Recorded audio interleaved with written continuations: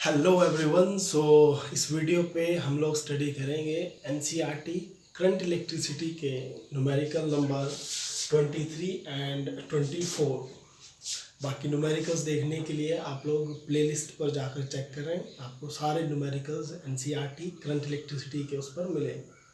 काफ़ी interesting question है, लेकिन इस क्वेश्चन को अंडरस्टैंड करने से पहले आप लोग ज़रूर पोटेंशियोमीटर की थ्योरी और उसकी एप्लीकेशंस एक बार ज़रूर अच्छे से सीख लें, देन इन क्वेश्चंस को अटेम्प्ट करें, तो आपका कंसेप्ट मजबूत होने के कारण क्वेश्चन सॉल्व करना इजी लगेगा।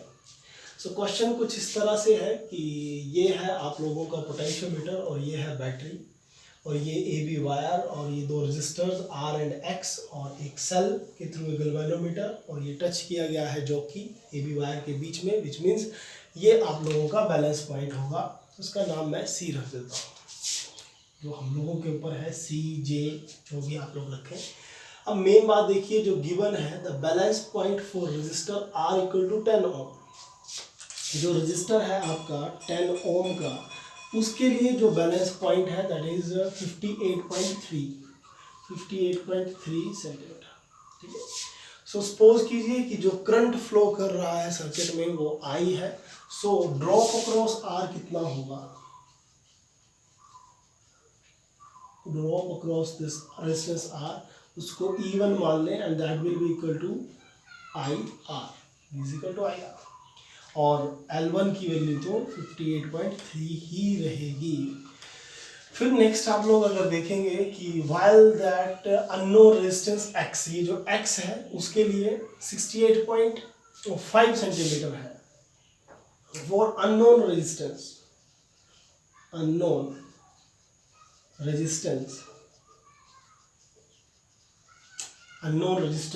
x, L2 is 68.5 centimetre.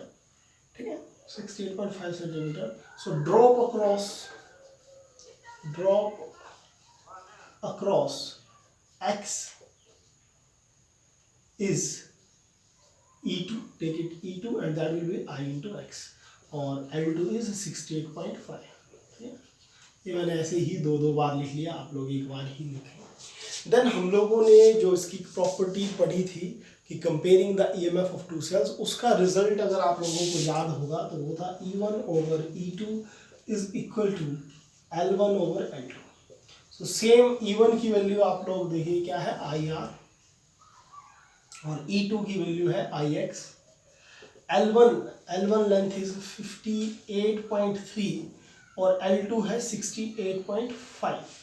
So I से I कैंसिल आउट, X की वैल्यू कैलकुलेट करनी है तो X आप लोग इस तरफ ले जाएं और बाकी ये टर्म्स इस तरफ, तो ये टर्म इस तरफ, दैट इज 68.5 ओवर 58.3, और R से इसको किया जाएगा multiply and then it comes X, और R की वैल्यू आप लोगों को गिवन है that is 10 ohm. So R की वैल्यू इसी पॉइंट पर आप लोग पुट करने एक बार, दिस इज 10 और इज इक्वल टू X। ठीक है, तो सिंपल अभी इसको अगर कैलकुलेट करेंगे तो हम लोगों का आंसर डायरेक्ट इजी वे से आ जाएगा। तो छोटी सी मैथमेटिकल कैलकुलेशन की जाए तो क्या बनेगा, आप लोग चेक करें एक बार।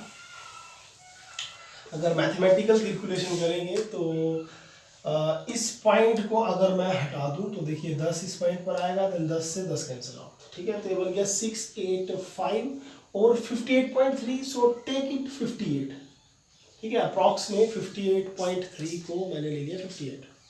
सो जल्दी से अगर आप लोग इसको डिवाइड करेंगे 685 को 58 से, तो देखिए 1 से किया जाएगा 58, 0 1 कैरी, देन 5 आ गया, तो देन आप लोग 2 से करके देखें 58 इंटू 2, तो 8 इंटू 2 16, एक देखिए ज़्यादा जाएगा ये। ठीक है, ज़्यादा जाएगा, तो 8 इंटू 2 16, एक और 10 116 के करीब। सो 1 से ही करें तो 58 आ गया, तो 15, 8 और 7 आप लोगों के 15 बन गए, देन 9, तो 5 और 4 9, देन एक 0 लेंगे तो उसका पॉइंट लगेगा। देन कितने से ट्राई किया जाए, ट्राई कर लो आप लोग, 5 8 है तो 8 से 9 से ट्राई कर लो, 8 इंटू 9 72, 7 45 ज़्यादा जाएगा। ठीक है, 8 से ट्राई करो, 8 इंटू 8 64 6 40 और 6 40, तो ये ठीक है, तो 11.8 ठीक है। सो अप्रॉक्सीमेट जो x की वैल्यू आएगी, resistance of x will be 11.8 ohm, that is approx value. Okay, to get exact value according to NCERT आप लोग एग्जैक्ट ही वैल्यू 58.3 को 58.3 ही कंसीडर करें, और अगर नियर अबाउट आपको रिजल्ट निकालना होगा तो इस तरह से कैलकुलेट कर लें। मेन बात थी लॉजिक डिस्कस करना, जो इस तरह से आप लोग अप्लाई करेंगे। तो ये इसकी रेजिस्टेंस इस मेथड से हम लोग कैलकुलेट कर लेंगे। लेकिन इसी पर अगर आप देखें तो इसी क्वेश्चन पर आगे एक और बात बोली गई, और वो बात क्या थी कि what to do if you fail to find the balance point for a cell of EMF E. Suppose कीजिए कि आप किसी सेल, इस सेल की वैल्यू अगर ई हो तो उसके लिए आप लोगों को बैलेंस पॉइंट ही ना मिले ए बी के क्रॉस में, तो आप लोगों को ड्रॉप निकालना पड़ेगा ज़्यादा, ठीक है, ईएमएफ का। तो उसको, उस ड्रॉप को ज़्यादा करने के लिए आप लोगों को आर और एक्स के अक्रॉस सीरीज में रेजिस्टेंस कनेक्ट करनी होगी।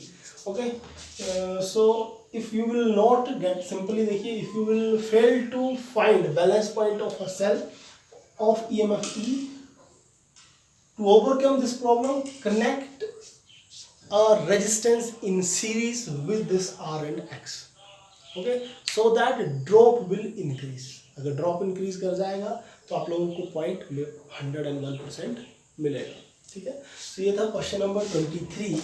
देन है क्वेश्चन नंबर 24 और लास्ट क्वेश्चन है एनसीईआरटी का। देन फिर इसी के साथ यूनिट जो करंट इलेक्ट्रिसिटी है वो हो जाएगी कंप्लीट। और अगर हुआ तो एचसी वर्मा के भी न्यूमेरिकल्स मैं अपलोड कर दूंगा, लेकिन साइड बाय साइड हम लोग स्टार्ट कर देंगे नेक्स्ट यूनिट इस वीडियो के बाद, ठीक है।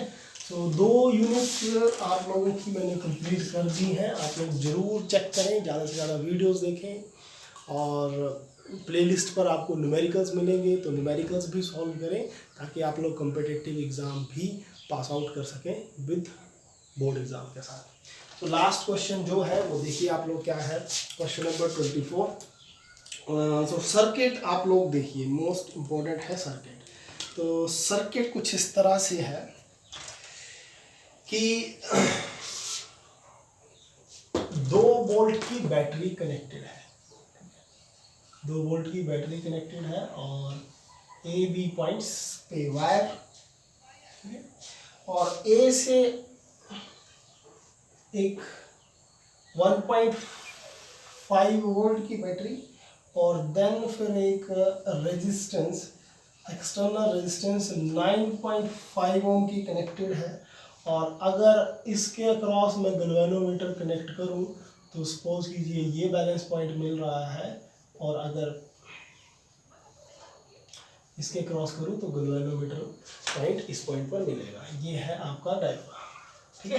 1.5 वोल्ट की बैटरी लगी है, एक्सटर्नल रेजिस्टेंस है गैल्वेनोमीटर, और ये जो ड्राइव सेल है दैट इज ऑफ 2 वोल्ट, और ए बी आपकी पोटेंशियोमीटर वायर है। अब मेन बात पे आते हैं, क्वेश्चन पे क्या पूछा गया, डिटरमाइन इंटरनल रेजिस्टेंस। देखिए इंटरनल रेजिस्टेंस कैलकुलेट करना है, और अगर आप लोगों ने एप्लीकेशन रीड की होगी इंटरनल रेजिस्टेंस की, पोटेंशियोमीटर की application, how to find the internal resistance by using potentiometer, तो आप लोगों ने एक फॉर्मूला आप लोग जरूर अंडरस्टैंड कर पाओगे जो मैं लिखूंगा अभी। और वो फॉर्मूला था कि internal resistance is equal to change in length over L2 into external resistance, जिस पर R आपकी एक्सटर्नल रेजिस्टेंस है जो है 9.5, ठीक है, R इज 9.5, और L1 माइनस L2 आप लोगों के बैलेंस पॉइंट्स हैं। तो देखिए वो बैलेंस पॉइंट्स क्वेश्चन में जरूर दिए होंगे। सो क्वेश्चन में देखिए the balance point of the cell in the open circuit is 76.3। So L1 की वैल्यू आपको मिल गई है, L1 इज 76.3 सेंटीमीटर। और एक्सटर्नल रेजिस्टेंस को जब कनेक्ट करेंगे, ठीक है, when a resistor of 9.5 ohm is used in the external circuit of the cell, the balance point shifts to 64.8 centimetre. तो बैलेंस पॉइंट आपका शिफ्ट कर गया, दैट इज 64.8 सेंटीमीटर, ठीक है। बैलेंस पॉइंट आपका 64.8 centimetre. The potentiometer determine the internal resistance of the cell, और internal resistance आप लोगों को कैलकुलेट करनी है। तो वैल्यूज देखिए, L1 L2 की वैल्यू आपको मिल चुकी है, पुट करें इस पॉइंट पर। सो L1 is 76.3 minus L2 is 64.8, ठीक है 64.8, और L2 की वैल्यू 64.8। सो माइनस करें, आंसर आपको मिलेगा, इजी से आंसर मिलेगा। देखिए ये पॉइंट से ये पॉइंट आंसर, ठीक है, वो भी छोड़िए, लेकिन आप लोग माइनस कर लें 76.3 एंड 64.8, ठीक है जी। तो माइनस करने पर ये बन गया 13, तो 8 और 5, और ये बच गया 5 4 1 5, ठीक है जी, 4 और 1 5, और 6 1 7, ये बच गया 11.5 इंटू 9.5 ओवर 64.8। सो फिर से अप्रॉक्स में वैल्यूज करेंगे हम लोग। तो अप्रॉक्स में 11.5 को ले लिया 12, 9.5 को ले लो 10, इजी वैल्यू, और 64.8 को आप लोग ले लें 65, ठीक है, बिल्कुल इजी बन जाएगा, इजी बन जाएगा, ठीक है जी। तो ये बन गया 120 divide by 65, use table of 5। सो 5 का अगर आप लोग टेबल यूज करोगे तो 5 इंटू 13 इज 65, और 5 इंटू 2 10 और 24, ठीक है। सो 24 divide by 13, that will come 1 point something. 24 divide by 13, देखिए 13 वन सा 13, ओके, डबल करेंगे तो 26 जाएगा, ठीक है। तो 3 और 1 कितना आ गया 4, और 1 बच गया आपका 11।